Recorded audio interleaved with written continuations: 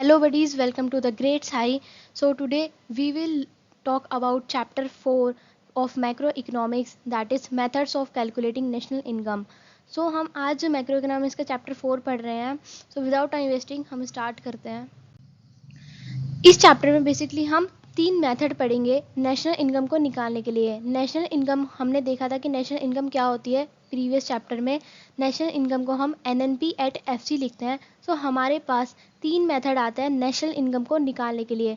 First method है हमारे पास value added method, second method है इनकम मेथड और थर्ड है एक्सपेंडिचर मेथड. सो इन मेथड को हम एक एक करके इंडिविजुअली पढ़ेंगे. सबसे पहले value added method. Value added method में हम क्या करते हैं, नेशनल इनकम को निकालते हैं in terms of value addition by each producing unit enterprise in the economy during the accounting year. मतलब एक एंटरप्राइज ने, हर एक एंटरप्राइज ने एक इकोनॉमी में कितना कंट्रीब्यूट करा, कितना वैल्यू एडिट करा, उसको हम निकालते हैं वैल्यू एडिट की मेथड से. So it is also known as product method. कई बार ये प्रोडक्ट मेथड के नाम से भी आ जाता है.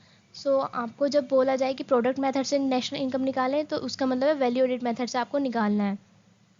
इसमें हमारे 2 स्टेप होते हैं वैल्यू एडेड मेथड में. सबसे पहला होता है GV@MP, देन हमें GV@MP को कन्वर्ट करना होता है NNP@FC में. बेसिकली वैल्यू एडेड मेथड में सबसे पहले आपको GVA निकालना है. GVA हमारा GDP ही होता है, उसका हमारे पास ये फॉर्मूला है, वो निकालना है. उसके बाद उस GVA या उस GDP को हमें NNP@FC में कन्वर्ट करना होता है. सिर्फ इसमें 2 ही स्टेप हैं. जो हम तीनों मेथड पढ़ेंगे हर उसमें 2-2 स्टेप हैं. आपको वो 2-2 स्टेप याद रखना है कि किस मेथड में सबसे पहला स्टेप जो है उसमें क्या निकलेगा. सेकंड मेथड में सिंपल है कि आपको जो हमने निकाला, चाहे वो GVA हो, GDP हो, NDP@FC हो, उसको NNP में हमें चेंज करना है. वो सेकंड मेथड में तो सब में सेम रहेगा. बस आपको फर्स्ट मेथड को याद रखना है, फर्स्ट स्टेप को याद रखना है कि हमें किस में GVA निकालना है, किस में NDP@FC निकालना है, किसी में डायरेक्ट हमें GDP@MP निकालना है.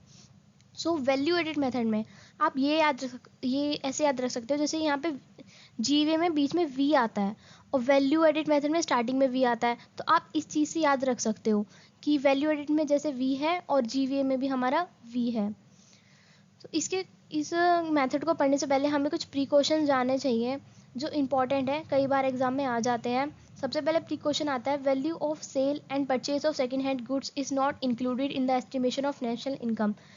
सबसे पहला प्रिकॉशन कह रहा है जो value of second hand goods है उसको हमें नेशनल इनकम में इंक्लूड नहीं करनी.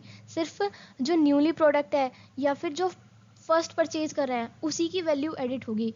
ये प्रिकॉशंस एग्जाम में कई बार पूछे जाते हैं. मैंने यहाँ पे 5 प्रिकॉशंस लिखे हैं, आपको मिनिमम 5 प्रिकॉशंस तो याद करने हैं. सबसे पहले यही था कि सेकेंड हैंड गुड्स की वैल्यू एडिट नहीं करनी.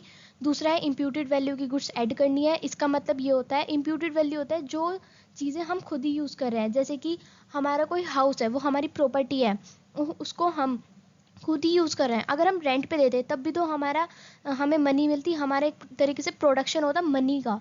तो अगर हम उसको खुद ही यूज़ कर रहे हैं तो उसको इम्प्यूटेड वैल्यू में गिना जाता है. तो इस वैल्यू को हम वैल्यू एडेड मेथड में इंक्लूड करेंगे नेशनल इनकम निकालने के लिए. ये वैल्यू नेशनल इनकम में इंक्लूड होती है. नेक्स्ट आता है वैल्यू ऑफ इंटरमीडिएट गुड्स. मैंने आपको बताया था इंटरमीडिएट गुड्स वो होता है जो बीच में यूज़ करे जाता है किसी गुड को बनाने के लिए. जैसे कि अगर आपको चीनी बनानी है तो उसमें बीच में शुगर केन यूज़ हो रहा है, तो वो हमारा इंटरमीडिएट गुड्स है. तो उसको हम एस्टिमेट नहीं करेंगे नेशनल इनकम में, उसको इंक्लूड नहीं करेंगे.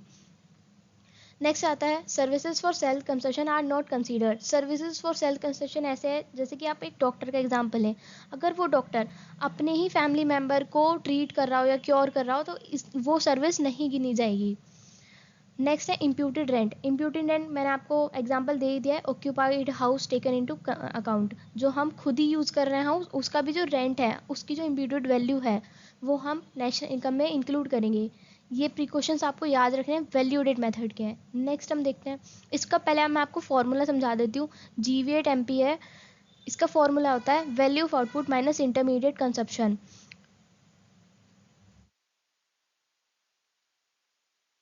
Value of output minus intermediate consumption, इससे हम GV@MP निकालते हैं. GV@MP को ही हम GDP@MP बोलते हैं बेसिकली. फिर हमें GDP@MP को नेशनल इनकम में कन्वर्ट करना है. सो ये वाला आपको पहले फॉर्मूला लिखना है। कई बार वैल्यू ऑफ आउटपुट क्वेश्चन में दी होती है और इंटरमीडिएट कंजप्शन तो बेसिकली क्वेश्चन में गिवन ही होता है। अगर नहीं होता गिवन तो आप उसको निकाल सकते हैं। इसमें बेसिकली रॉ मटेरियल हो गया, एक्सपोर्ट हो गया, वो आ जाएगा। वैल्यू ऑफ आउटपुट में हमारा सेल्स आता है और चेंज इन स्टॉक आता है।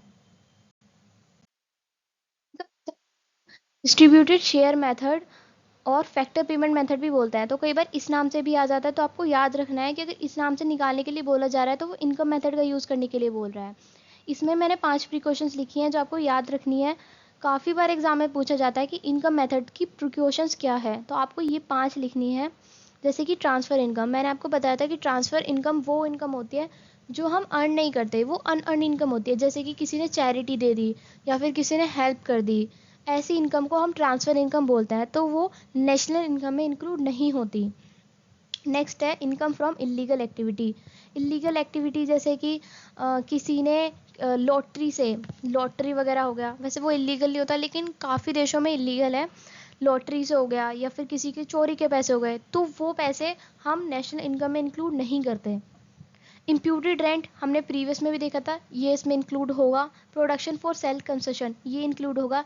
जैसे कि किसी फार्मर ने खेती करी तो उसने कुछ हिस्सा अपने लिए बचा लिया, अपनी फैमिली के लिए बचा लिया, तो वो जो हिस्सा उसने बचाया उसकी वैल्यू हमारी नेशनल इनकम में इंक्लूड होगी, तो इसी को बोलता है production for self consumption.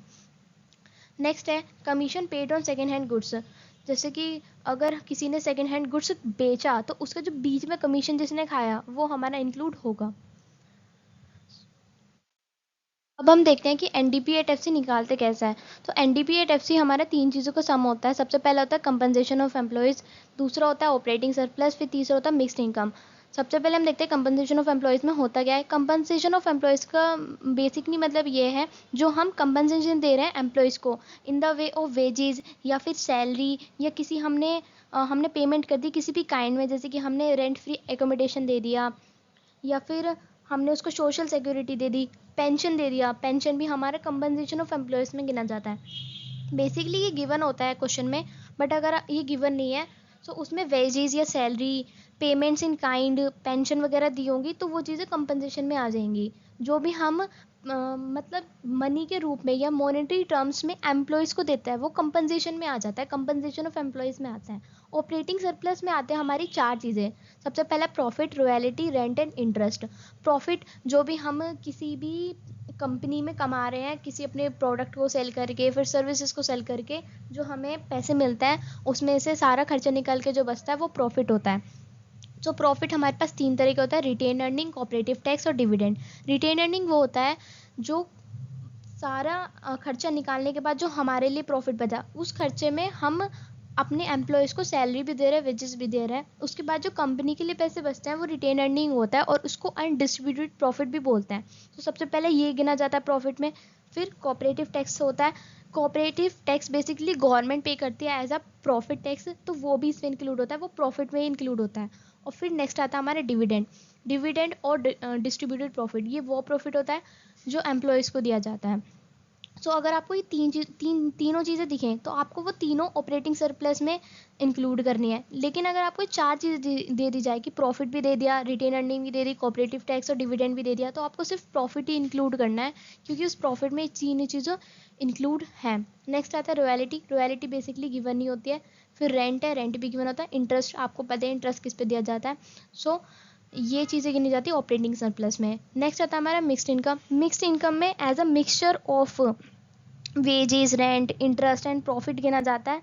Mixed income basically question में गिवन ही होते हैं ज़्यादातर, आपको कभी ये नहीं पूछा जाएगा कि मिक्स्ड इनकम निकालो। सो इस मेथड से हम इन स्टेप से अपनी एनडीपी एट एफसी निकालते हैं, उसके बाद एनएनपी एट एफसी में चेंज करते हैं। नेक्स्ट हमारे पास आता है एक्सपेंडिचर मेथड। एक्सपेंडिचर मेथड में हम डायरेक्ट जीडीपी एट एमपी निकालते हैं और फिर उसको कन्वर्ट करता है एनएनपी एट एफसी में। सो यहाँ पे जीडीपी एंड एमपी निकालने का एक फॉर्मूला है, P प्लस जी प्लस आई एक्स माइनस एम। यहाँ पे जो P है वो प्राइवेट कंजप्शन एक्सपेंडिचर है, जो G है वो गवर्नमेंट का एक्सपेंडिचर है, I मतलब इन्वेस्टमेंट होता है, X मतलब एक्सपोर्ट और M मतलब इम्पोर्ट। ये तो आपको समझ आ गया होगा कि एक्सपोर्ट यहाँ पे change in export in import है, वो आपको इंक्लूड करना है। यहाँ पे जो प्राइवेट कंजप्शन एक्सपेंडिचर वो होता है जो हमारे प्राइवेट सेक्टर इन्वेस्ट कर रहा है या फिर जो एक्सपेंडिचर कर रहा है वो पी में गिना जाता है, उसको हम पी से डिनोट करते हैं। जो गवर्नमेंट खर्चा कर रही है उसको हम जी से डिनोट करते हैं। जो गवर्नमेंट, जैसे कि गवर्नमेंट ने कोई फ्लाईओवर बना दिया, स्कूल्स खुलवा दिया, हॉस्पिटल बना दिया, तो जो वो इन्वेस्टमेंट कर रही है या वो जो कंजप्शन करेगी या वो जो एक्सपेंडिचर करेगी वो हमारे जी में इंक्लूड होता है। बेसिकली ये गिवन होते हैं, हमें ज़्यादातर आई निकालना होता है, आई इन्वेस्टमेंट होती है। आई भी मोस्टली गिवन ही होता है क्वेश्चन में, बस आपको फॉर्मूला याद रखना है। एक्सपेंडिचर मेथड में हम जीडीपी इस फॉर्मूले से निकालते हैं, आपको ये याद रखना है। नेक्स्ट अब हम इसके प्रिकॉशंस देख लेते हैं। इसमें भी हमारे पास 5 प्रिकॉशंस हैं। सो फर्स्ट, सबसे पहला है इम्प्यूटेड वैल्यू। जैसे कि हाँ, जो इम्प्यूटेड वैल्यू मैंने आपको बताया वो इंक्लूड होगी। इम्प्यूटेड वैल्यू जैसे कि रेंट हो गया या फिर सेल्फ कंजप्शन, वो भी इम्प्यूटेड वैल्यू में आता है, तो वो भी इंक्लूड होगा। इसमें 5 चीज़ें हैं जो इंक्लूड नहीं होती। सबसे पहला एक्सपेंडिचर और इंटरमीडिएट गुड्स हमने देखा, जो गुड्स बीच में यूज़ करे जाते हैं या फिर किसी नए प्रोडक्ट को बनाने में यूज़ करे जाते हैं, वो यूज़ नहीं होंगे, वो इंक्लूड नहीं होंगे नेशनल इनकम में। Expenditure on second hand goods, किसी ने सेकेंड हैंड गुड्स पे कोई एक्सपेंडिचर करा, उसको रिन्यू कराया, तो वो एस्टिमेट नहीं होगा। Expenditure on transfer payment by government, transfer payment by government का मतलब है जैसे कि गवर्नमेंट ने कुछ हेल्प कर दी या फिर स्कॉलरशिप दे दी वगैरह, वो हमारे नेशनल इनकम में इंक्लूड नहीं होती। Expenditure on shares and bond, share और बॉन्ड्स पे पैसे लगाने को भी हम नेशनल इनकम में इंक्लूड नहीं करेंगे। तो ये चैप्टर हमारे यहीं पे कंप्लीट होता है। So if you like this video please comment down, if you have any queries please comment down, and if you are new here please subscribe my channel for more videos. Thank you.